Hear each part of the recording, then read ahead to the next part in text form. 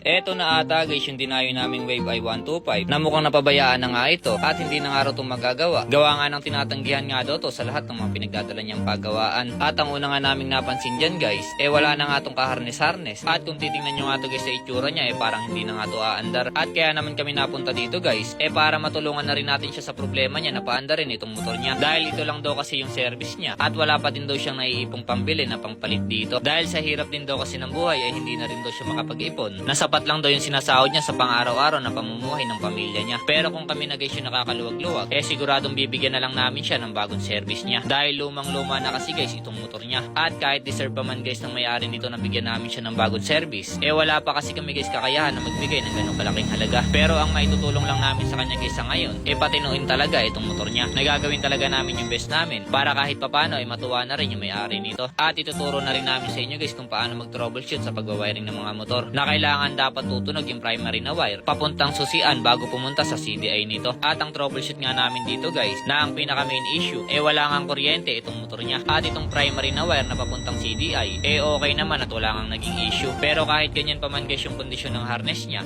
talagang maibabalik yan namin sa dati na parang hindi nagalaw at mukhang stock pa din. At ang isa pa nga naming napansin dyan guys, wala nga itong mga accessory. Kagaya na lang ng ilaw, placer at busina. Pero yung mga ganitong kaliit naman na bagay guys, kaya na namin itulong sa kanya para magamit niya na rin tong motor niya kahit gabihin pa siya. At nagtataka nga lang kami guys, okay pa naman tong harness niya kung bakit nga ito tinanggal at inirekta pa nga yung sakit ng CDA niya sa stator nito. At ang sabi naman guys sa amin ng may-ari niyan, nung gawin daw tong motor niya nagamit niya naman daw to ng 1 linggo. At ang sabi naman daw guys sa may harness niya sira na raw to at palitin na. Pero sa amin naman guys basic lang naman to. Basta wala pang masyadong bawas yung harness niya at kung hindi rin ganun kagapok yung mga wire niyan. Napasado pa naman sa amin itong harness niya. At dahil naayos na nga namin tong harness niya, ikakabit na namin to sa chassis niya. Na ultimo sakit position yan guys, talagang kabisado namin. Kaya talagang maibabalik namin to sa stock niya. At kahit hindi pa man guys umaandar itong motor niya, natutuwa na talaga yung may-ari niyan. Dahil hindi niya raw kasi ini-expect na buo pa pala itong harness niya. Dahil yung mga ganitong harness kasi guys, lalo't original pa, talagang may presyo, nasasakit talaga yung bulsa nyo. At dahil naikabit na nga namin halos lahat ng mga wire niya, dititestingin na namin kung nagkaroon na nga ba to ng kuryente. Kaya sipaan na natin to.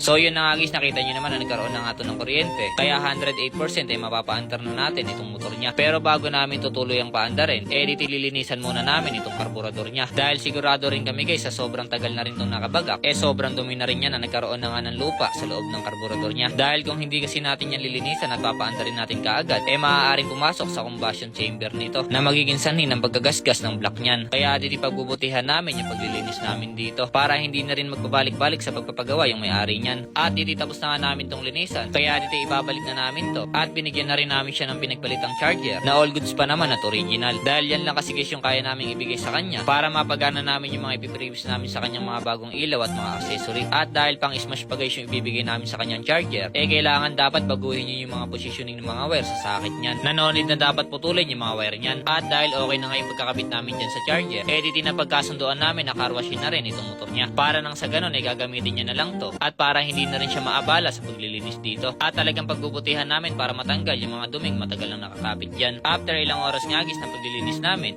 masusubukan na namin kung may issue pa ba sa makina niya. Kaya paandarin na natin to. So yun na nga guys, napaandar na nga natin itong motor niya. At nagulat nga rin kami guys na sobrang tahimik pa pala ng makina niya. At sobrang natuwa na rin yung may-ari nito. So yun nga lang pala guys, kung gusto niyo mga ganitong klaseng video at makatulong na rin kayo sa mga tinutulungan namin, pa-like and share and pa-follow naman. Maraming salamat sa panonood.